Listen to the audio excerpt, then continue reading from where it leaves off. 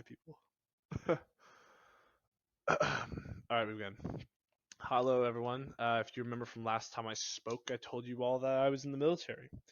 Today, this being an informative speech, I figured why not tell you a tool, why not inform you guys on a tool that I use literally every single day called an operational order. What is an op board? Well, let me ask you this. Have you ever wanted to attack an enemy or come up with a really technical plan in a very efficient way? This is the exact tool that you should use. See, an op board is what you use. Is very useful in both the civilian and the military world. I find myself using it in projects and in my day-to-day life. Overview of what it is. Basically, it's 5 paragraphs: a situation, mission, a execution, sustainment, and a common signal paragraph. Let's dive right in though. You have a warno.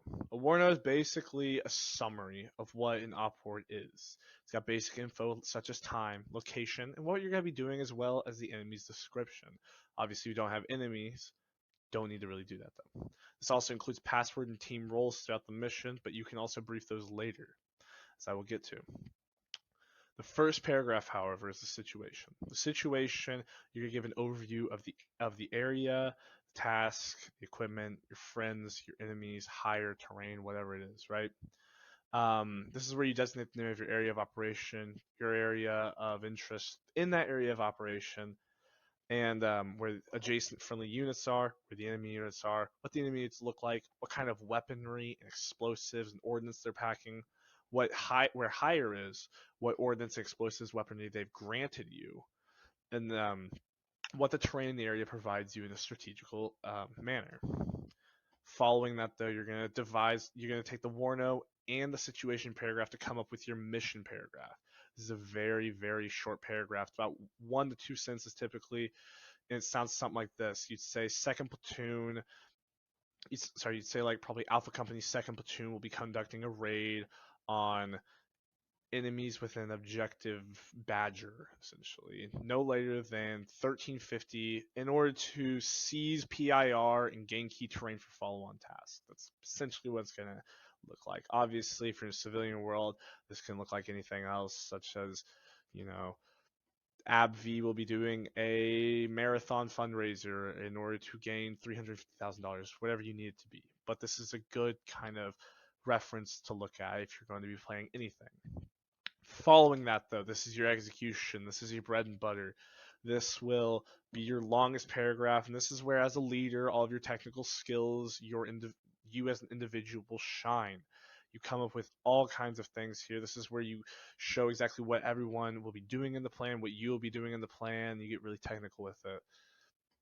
Following that, of course, though, is going to be your sustainment. Now, this is typically meant for an assistant to brief, but of course, as platoon leader in the Army, you're able to do that yourself as well.